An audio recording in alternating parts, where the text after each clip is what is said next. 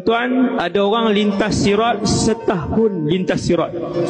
Dua, ada orang lintas sirat 10 tahun gila di atas sirat. Ada orang lintas sirat 100 tahun. Siapa yang lintas sirat? Orang kafir lintas tak sirat? Tak lintas. Hanya orang Islam melintasi titian sirat, termasuk munafik, termasuk fasik, termasuk orang Islam, dosanya banyak, pahalanya sikit. Termasuk orang Islam, pahalanya banyak, dosanya sikit. Saya sebut, manusia pertama yang melintas titian sirat adalah Rasulullah sallallahu alaihi wasallam. Siapa di belakang Nabi? Di belakang Nabi adalah VVIP, umat Nabi Muhammad sallallahu alaihi wasallam. Wajah mereka seperti bulan yang mengambang, cahaya yang begitu terang benderang. Mereka ni, kumpulan pertama ni. Sebab apa cahaya terang benderang? Sebab alam titi sirat itu adalah gelap gelita. Sehingga apabila ada orang yang cahayanya hanya di hujung ibu jari kakinya, Nabi sebut ibham, ketika cahaya itu malap, dia berhenti atas titi sirat. Sebab dia tak tahu nak ke mana. Kalau salah jalan, jatuh ke bawah, masuk ke dalam neraka Jahannam. Api neraka Jahannam, Ustaz, takkan tak cerah? Api neraka Jahannam warnanya hitam. Setelah ia merah berapa ribu tahun, ia hijau ia biru berapa ribu tahun, ia putih berapa ribu tahun, saya tak ingat warna-warna tu. Akhirnya warna neraka Jahannam sudah tidak boleh dipanaskan lagi dan warnanya hitam. Walaupun titi sirat itu dibentangkan di atas neraka Jahannam, disebabkan neraka Jahannam itu gelap gelita, titi sirat itu juga gelap gelita. Hanya cahaya yang dibekalkan oleh Allah Subhanahu wa taala sahaja, mengikut kadar iman masing-masing. Kumpulan pertama yang naik atas titi sirat, VVIP umat Nabi Muhammad. Wahai Allah, jadikan kami semua malam ni VVIP umat Nabi Muhammad. Muliakan kami semua menjadi orang yang tidak ditimbang amalan mereka pada hari mahsyar nanti. Amin ya Allah. Yang duduk belakang Nabi semua VVIP.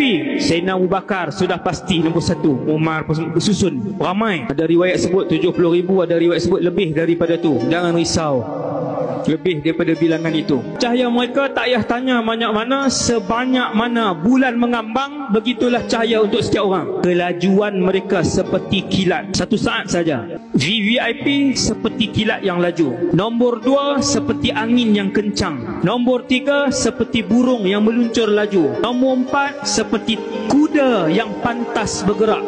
Nombor 5 seperti seorang yang berlari laju. Nombor 6 seperti seorang yang berjalan. Yang ke-7 orang yang merangkak. Yang ke-8 orang yang bawah tu apa dia? Mengesok tu, menyulur. Saya sebut menyulur tadi, semua tak faham lah pasal Kedah kan, yang bawah tu. Ikut iman masing-masing. Ada orang hanya mukanya bercahaya, ada orang hanya tangannya bercahaya. Ada orang munafik ada cahaya yang malam, dia naik di atas titisan sirat, padam terus cahaya itu, padam. Allahu Akbar. Di atas titi sirat itu ketika berjalan, ada cangkok-cangkok besi yang rupanya seperti mata kail. Yang mana cangkok-cangkok besi seperti kail-kail itu dibaling-baling daripada neraka. Apabila lalu tuannya, maka cangkok besi ini akan meragut perut orang itu, dia turun.